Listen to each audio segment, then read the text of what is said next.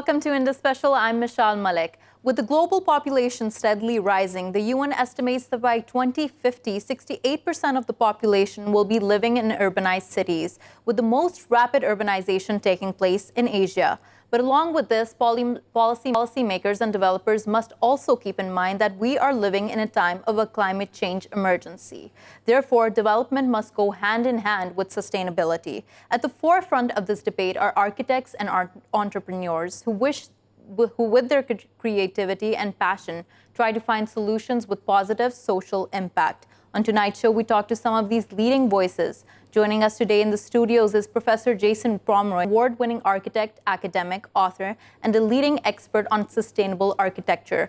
We're also joined by Mr. Shahid, Hassan, a real estate expert and entrepreneur, and also part of the Housing Task Force. Thank you both for joining us, and welcome to the show. Thank you.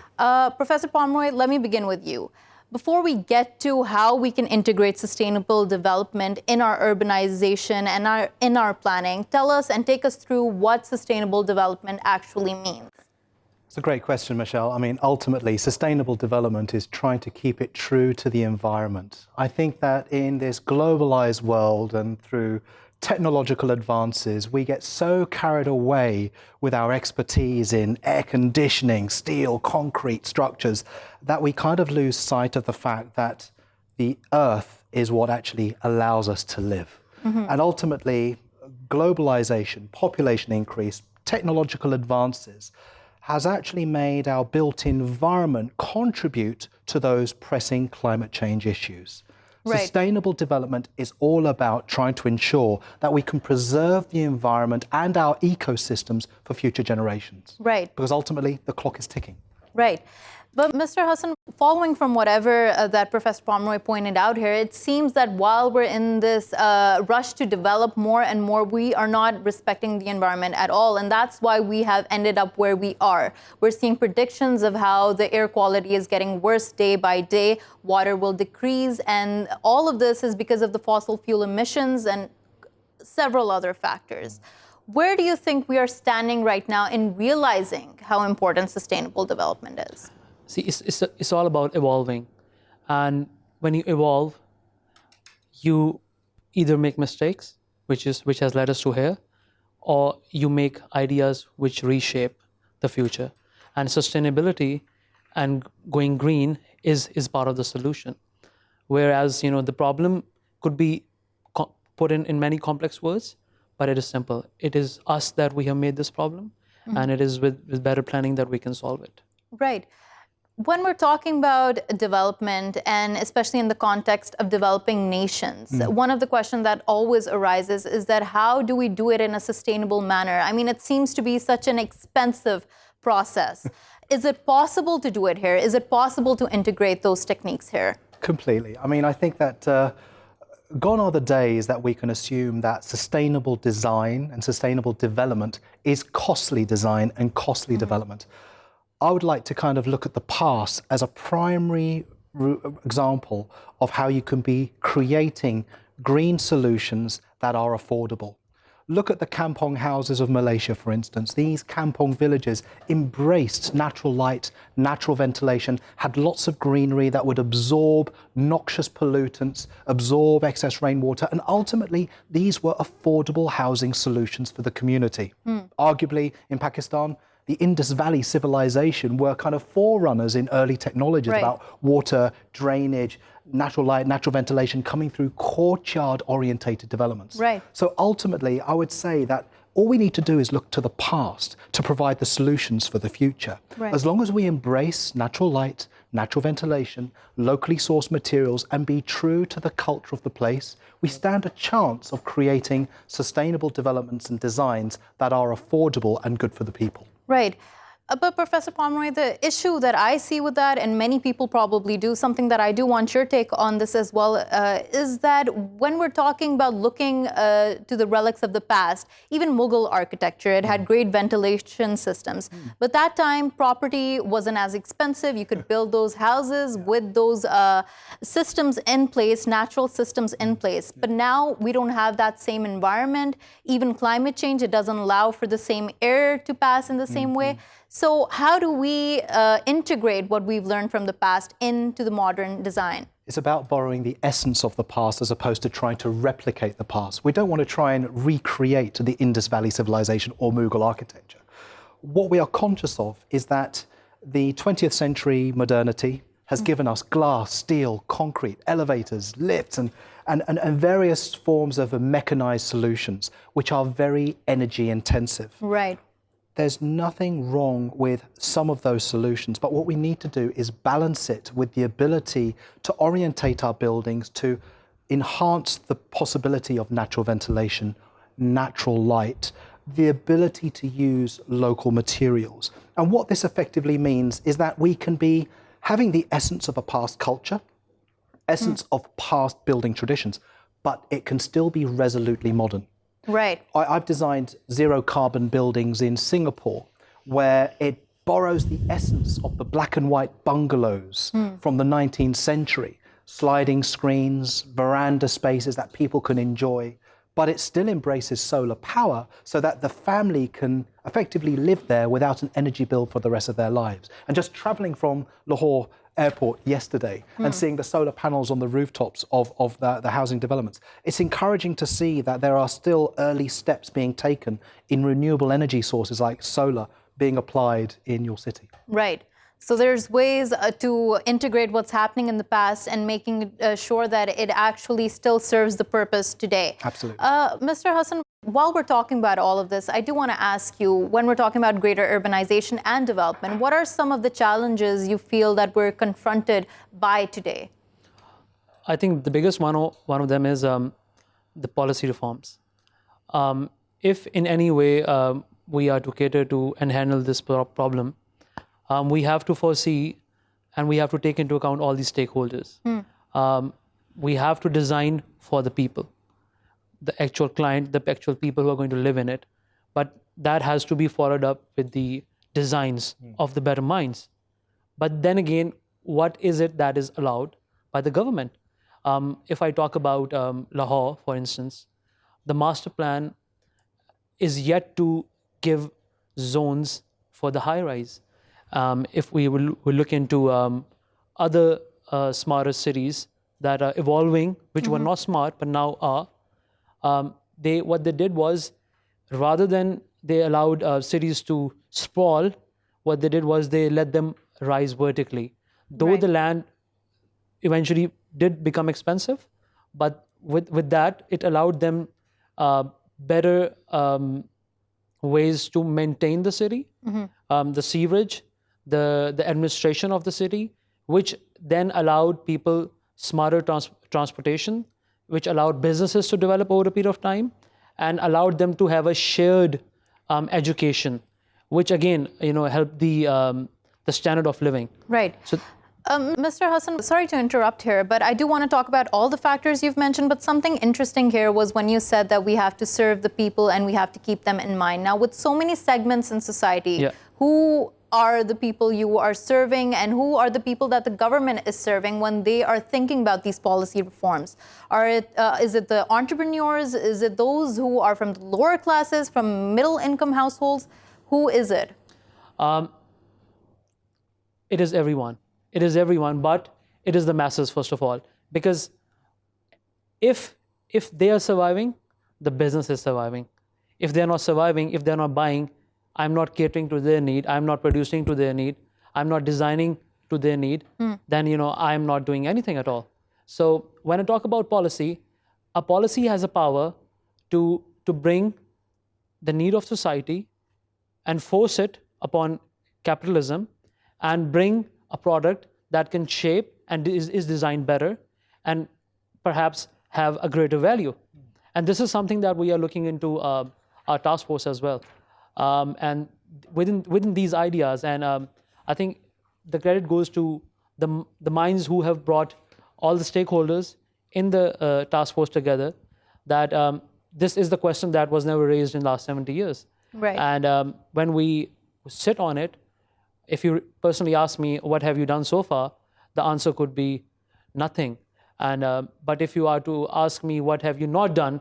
We can definitely say we have not done the wrongs of the past. So we are looking towards that direction, and with the hope and the wish that we can perhaps reshape and engage better minds throughout the process and learn and evolve. To be honest, being in the industry, until recently, I never realized, the value, the power I have to reshape people's life. Right. And this is something that, with a learning mind, I wish that, and I'm hoping that in future we can put into actual projects. Right. And on that note, I want to introduce another guest who's joined us, Mr. Mustafa Naeem, who's the CEO and principal architect of Mustafa Naeem Architects. Thank you so much, Mr. Naeem, for joining us. Now, while we're talking about how society is evolving, do you think architecture in our society, especially in the South Asian context, has evolved for the better? Well, I have two different, my design processes or the people who are designing in Southeast Asia, especially in Pakistan, have been very different from what the West is doing. A lot of things have been said about architecture in Pakistan. What architecture is, can be described Pakistani architecture, and we seldom get any answers. And, our values, morals, and indeed everyday activities are, they're constantly changing, and yet the buildings that accommodate our lives are expected to cope with these changes as they happen. So, but that's not happening in, our country especially. So it's not evolved for the better because we've been very impressed or inspired by international architecture. Media has a big role to play in this, but we haven't gotten into the right frame of mind to actually define our needs and then design accordingly. Right. We've been following certain, narratives of the West, have not been able to put our own requirements and purposes to the fore. So in this, Mr. Naeem, how important is cultural sensitivity and keeping in mind where you are building and being grounded in those realities? Well,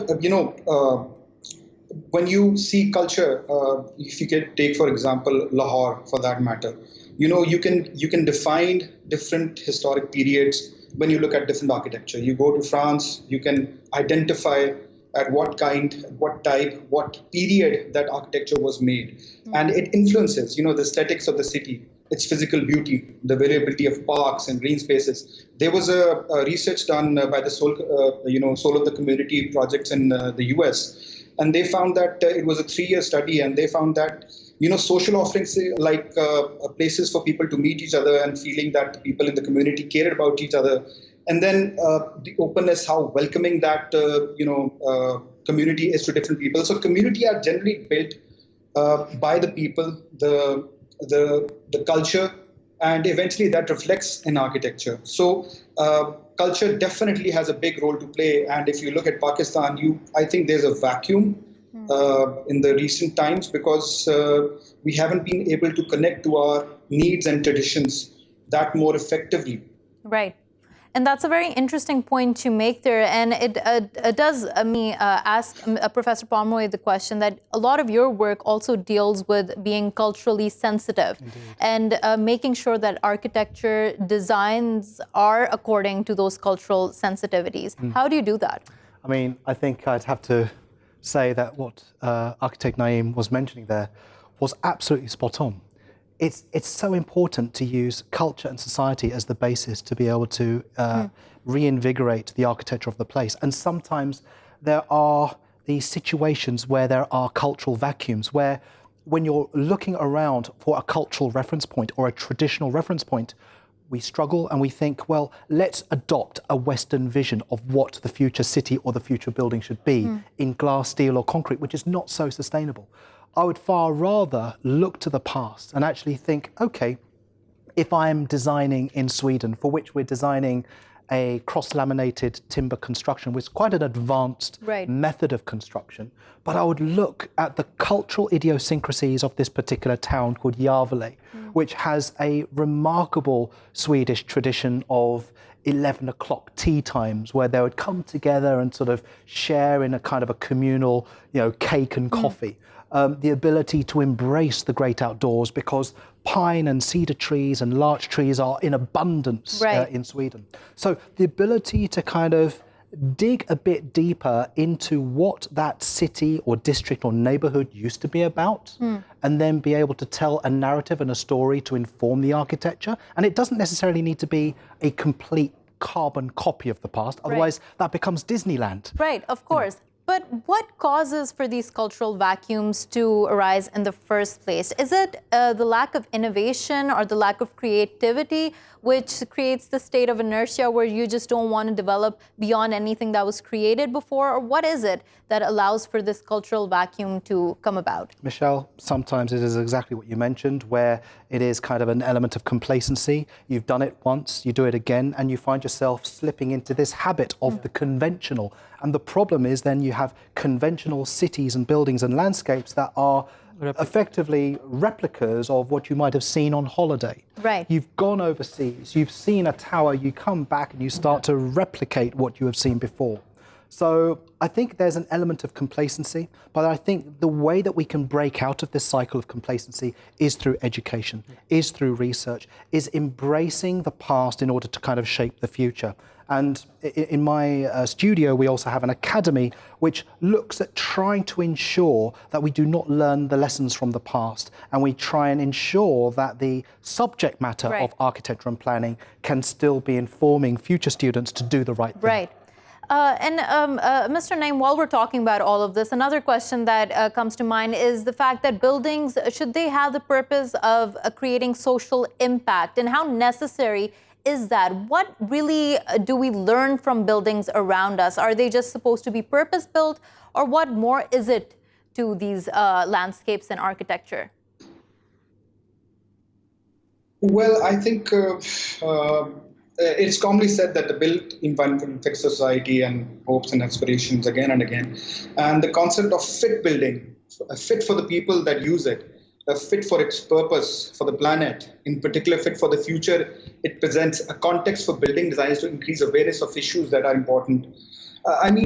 We have to look into these things as well, because like Richard Rogers said once, one of the things that we are searching for is a form of architecture, which, unlike classical architecture, is not perfect and final upon completion.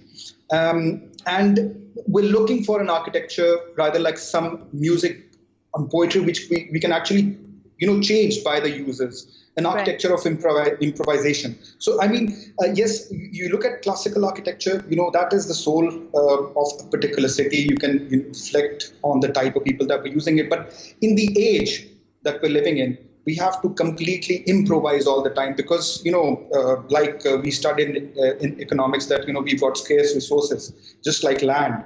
So we either go upwards or we expand horizontally. So we have to understand that, in order to understand the requirements we have today of using the technology, the buildings should be able to improvise. So, that is a very important part where, some of the architects are working very hard to actually understand this so that, when users decide to put it in different uses, then one originally envisaged by the architect does not get upset, and consequently doesn't lose its identity. Right. Mr. Hassan, everything that we're hearing about right now is to, move towards innovation, try to tap into some sort of inspiration, but there's always a risk involved with that might not succeed.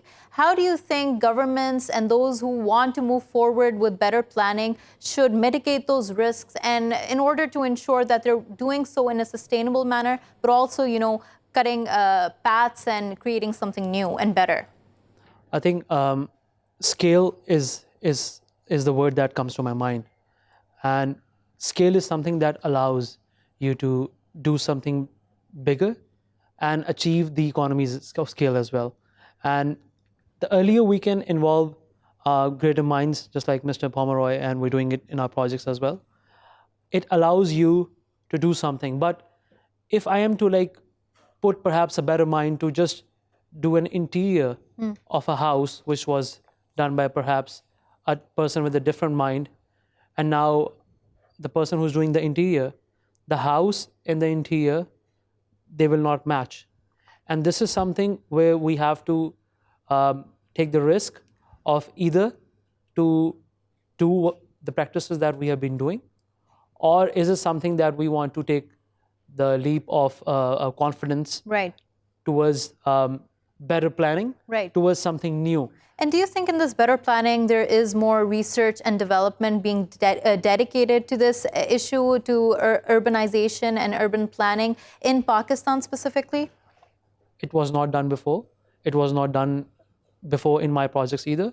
But now we are doing it, and I am hopefully, I can say for the market as well that everyone is doing it now.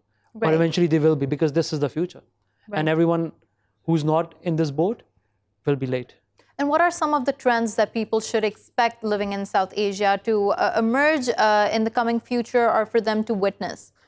Our cities are going to go vertical. And that again is a solution, and that again is a problem as well. Because again, when I talk about policy, when I talk about— What do you mean by going vertical? High rise. Because we have to declare our downtown areas. We have to, because we can't afford. See, it takes 2 hours for one to travel from one point of Lahore to the other one. Mm-hmm. And imagine you being the part of the administration, government administration. They can't govern it. They can't provide services to all extent of Lahore. And if that keeps going on, in another 20 years, right, we can see Lahore extending all the way to Sheikhupura. Right. We can. And Professor Pomeroy, while we're talking about all of this development, in Asia there is a rising trend of smart cities specifically. Indeed. What are these smart cities? We hear a lot about. I mean, what's behind them, the concept behind them? That's a very good question. I mean, generally, when we think of the term smart cities, we can't help but think about, driverless cars whizzing around cities, talking fridges, big data acting as big brother, just looking at us 17 or 20 times a day. But I think it goes beyond technology. I think the first generation of smart cities was all about the technology, often very government focused. The government's basically saying technology will enhance our economy by making the people more effective, productive, and hopefully it will improve their lives. The problem is often it forgot about the people. So you create the technology that might not be good for the 6-year-old child through to the 70-year-old grandparent. Right. The second generation of smart city, and I think a good example would be Bandung in Indonesia, was that it was more people-focused. The technology is in the hands of the people to try and make assertive decisions as to how the city can be improved. Could you give us an example of that? Let me do that. I mean, basically, Mayor Ridwan Kamil of Bandung basically said, you know what? I will allow the people to communicate with me through a digital command center. They can tweet, they can send me messages over social media, and they can talk to me personally about the problems. The information would come in, and through algorithms that would sift through the trending data, they could focus, the administration could focus on pollution, crime, congestion, flooding. And the mayor could then deploy his services accordingly in real time. Right. Now, what that means to the person on the ground is that my views are being heard, and I can see an improvement in my city, and I feel that I have contributed to defining the city. Very different from the first generation, where it was all government-driven, top-down, technology will improve the economy. The third generation smart city, a bit like in Barcelona or Amsterdam, is where space and in the environment also play critical roles. Space for people to socially interact, and greenery and trees and planting to absorb excess rainwater and cool the environment. Are these smart cities necessary for the globalized economy? I think they help the globalized economy, but what we see in the third generation of smart city, it's also about the local economy. It's about giving tools and techniques and opportunities for the people to grow their own businesses. Right. Mr. Naeem, while we're talking about smart cities, we saw in the case of India, the Modi government in its previous term made these promises of smart cities and to create more employment. That wasn't achieved. The similar case could be argued that because of the lack of funds or lack of resources, countries in developing parts of the world might not be able to achieve the goal of these smart cities. How far do you think we are from achieving that goal? Well, the term smart city can be, taken into consideration in 2 ways. One is having the technology part of it, and one is actually understanding the needs first. Look, in Pakistan, the government of Pakistan is generally, taking the steps to make a lot of houses. And I was thinking about that recently, that, we're making houses in terms of, taking into consideration that, we can't go overboard with our, lavish finishes, because we don't have the power to drive these kind of cities right now. So the infrastructure, like both of the gentlemen just said, the infrastructure has to be there to actually support this kind of architecture. And first, we need to understand that sustainability has also a lot of forms. So we have to understand what kind of sustainable architecture is required and what is needed over here in Pakistan. Right. We need to understand that. We just can't put the Western concept, or probably the Amsterdam option that we have, but we can't simply apply that in our country just right there, right then. Right. We have to understand, you can pick and choose one or two aspects of it. Right. And Mr. Naeem, it seems like in any country, as those in South Asia and in Pakistan, there are several competing interests. When it comes to designing cities, the government might have economic growth in their minds, but for other people, sustainability is a key issue. How do you think we need to reconcile all of these issues? Well, definitely, we're the kind of country where the government makes all the big decisions. We, as private enterprises, architects, we tend to educate the clients first. So it starts off with individuals. I mean, if you start understanding the needs that we have and not start making a wish list. I mean, I'm a very I believe in very simple architecture where we can't go having very, very meticulously designed and very tech-savvy projects, because our infrastructure, building construction can't support that. So we have to start as individuals, be it saving water, be it saving electricity, using solar panels. We have to start meeting up with the government officials and start first understanding that Pakistan has 4 seasons, right? We have exceptional summers, which can, steer up to 48 degrees. And then we have winters, which can go, below zero. So we have to understand the needs first. I am a firm believer of, form follows function. I know that, Right. A lot of architects in the West have, passed that, concept. But we need to understand that first, because we can't, we won't be able to do this unless our thinking changes. Right. And on that point, we're going to take a short. When we return, we're going to talk about energy-friendly buildings and how necessary they are in this time. Stay with us.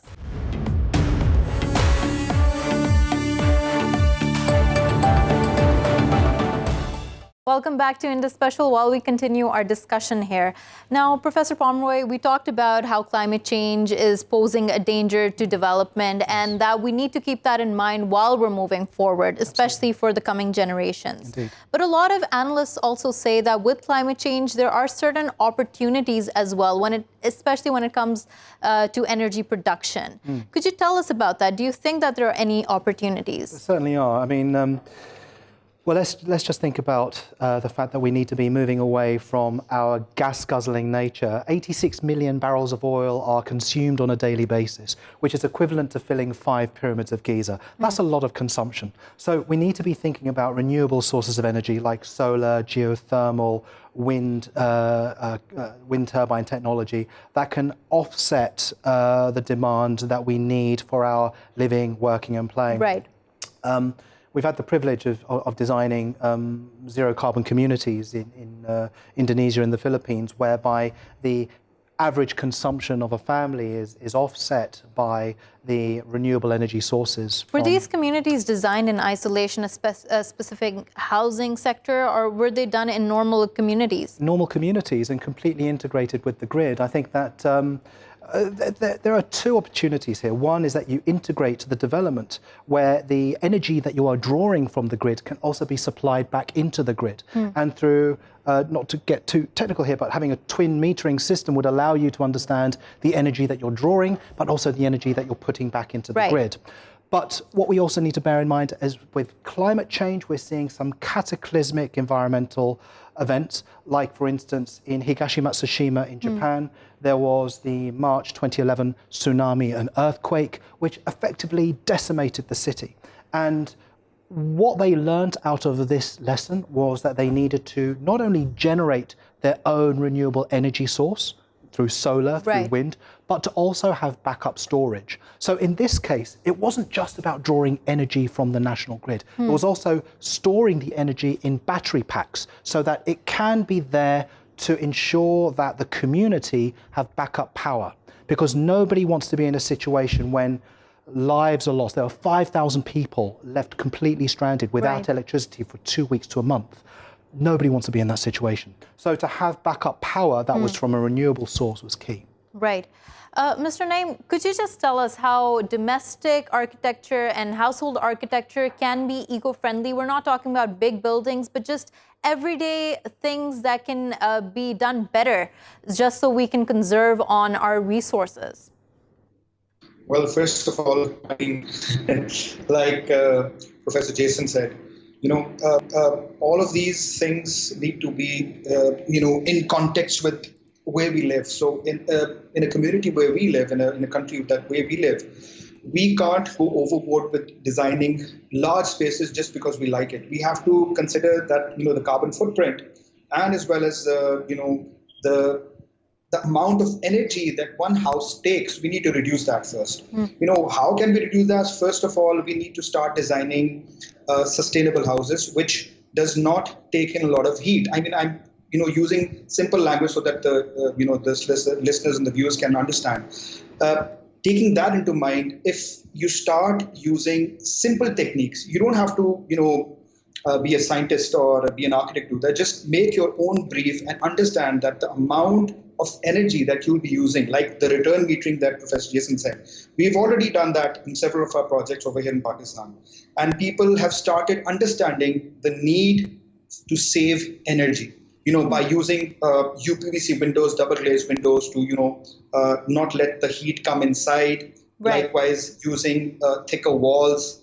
And then, when you give some, lose some, you have to understand that you are also taking a lot of,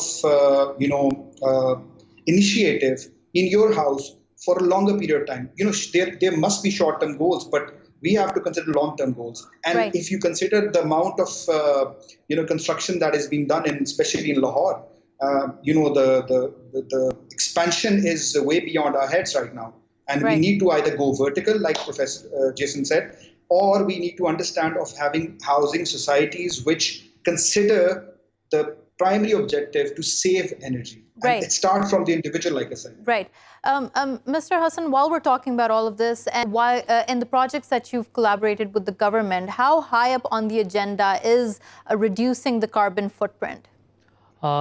We haven't done any project with the government, but the projects that we have in mind for the affordable housing and the PM 5 million housing for affordable housing, the whole process is catering to the need of the people. Right.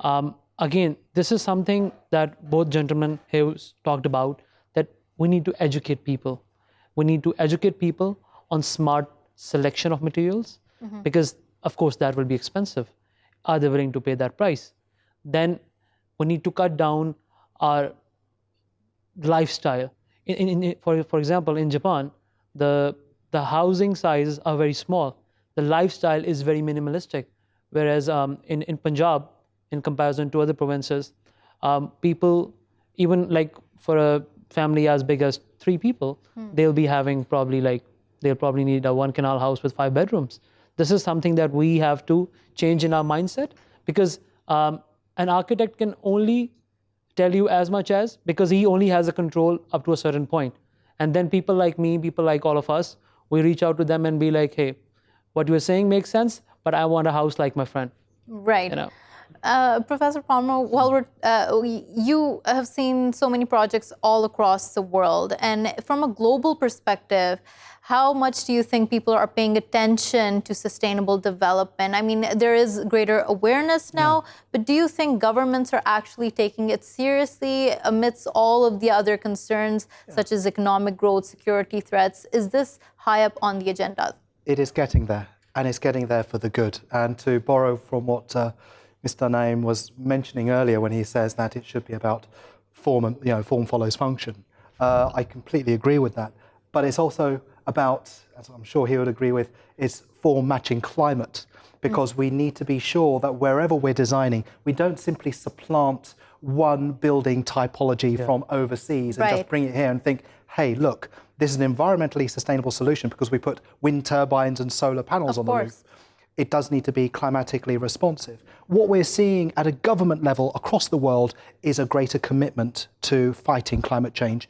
In COP21 in Paris, where over 186 countries signed up to this Paris Accord to try and put a cap on 1.5 degrees increase. We're not wanting to exceed the 1.5 degrees increase. But with this commitment, do you think that they're practically going by it? In 2018, record-breaking emissions were noted down. And in the largest economies, China, the US, European Union, do you think they're actually taking it seriously, or are these just agreements? Well, Meshal, let me just kind of get to that point first. I mean, when they're signing up to this accord, it is with a commitment to try and stop the temperatures reaching a particular level. Now, back to the point where you've just mentioned, there's no denying that those developing economies that did not have the privilege, like Western economies over a period of 150 years, they want to say, hold on a second, why should we be penalized for this? So it's only natural that there would be some method of negotiation to try and, in some cases, not have such tariffs or legislation in place to be so committed to the green agenda.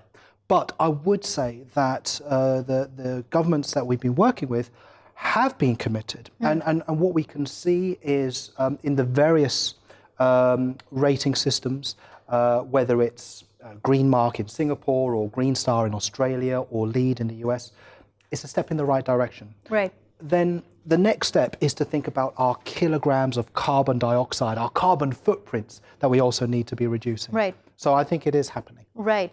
Mr. Naeem, while we're talking about all of this, we know that with climate change, more and more frequent climate disasters are also taking place. How does architecture in the future need to think about that while there is design and planning going on to be more disaster resistant, if there is a possibility of doing that even?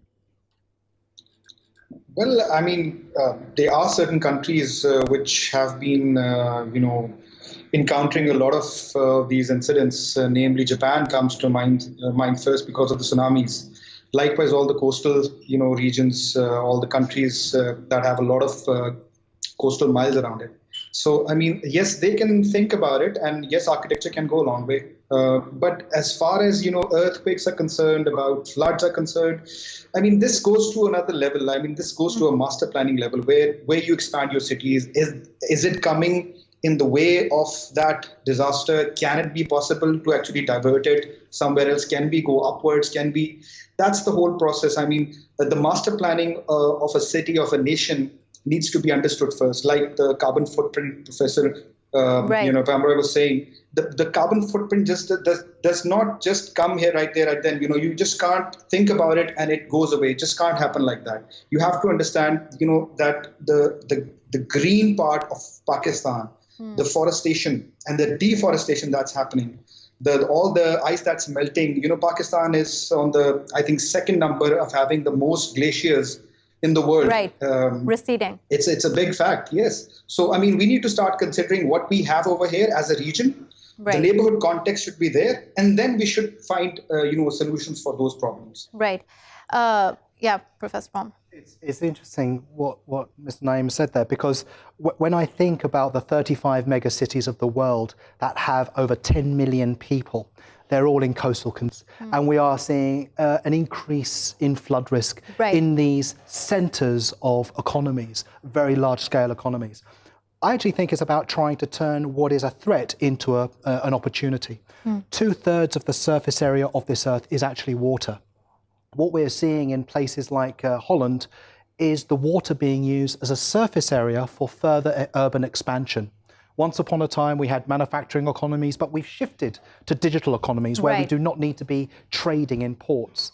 These dockyards are opportunities to build floating homes that are resilient to the rising sea levels. Right. And we're seeing that in Holland, we're seeing that in Nigeria, we're seeing that in Cambodia. And that's a great example there. Mr. Hassan, how are we as a society turning threats into opportunities? Do you see any examples of that around us right now? I think one of that could be better material. The modular construction is something that we can achieve economies of scale on that, and we can do something on massive scale. I would like to bring another point to it, which is newer cities. We have been talking about smarter cities, but newer cities is something that we, as in task force, are looking into. Right. And modular construction is a solution that we're looking forward to. Could you just explain that a little more, this concept of newer cities? See, a city based, if we look at Lahore, and if we look at Sheikhupura, and if we look at Okara, and if we look at Kasur, where do we see the most new housing projects? Is towards Sheikhupura, is because there is economic activity that is generated there. All these new cities have to be revolved around either conceptual smarter cities. Either they have to be around education, either they have to be around industrial cities, either they have to be around sports, and perhaps maybe mega cities. Right. Is something that we can look into. Yeah, that's a very interesting point there. Professor Pomeroy, just before we end the show, what do you see future trends emerging, something that people who follow architecture and people in the community at large should look forward to? I think mobility is going to be one of the critical issues facing the 21st century city. What we are experiencing is incredible population increase and congestion.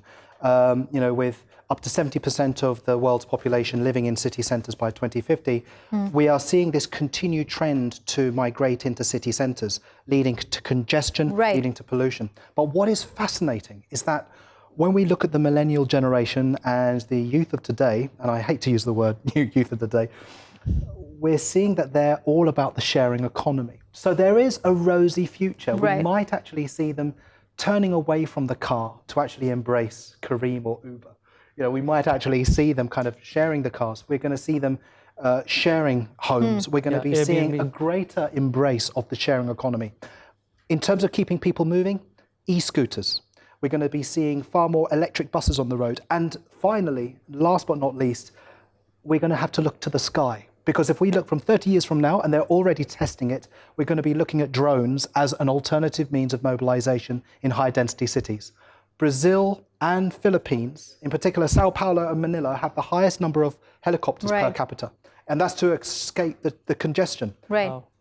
And on that note, thank you so much, Professor Jason Pomeroy, for joining us. Thank you, Mr. Shahid Hassan, for joining us. Thank you, Mr. Mustafa Naeem, for joining us. Thank you for watching Indus Special. We will see you again tomorrow with more stories. Till then, goodbye and take care.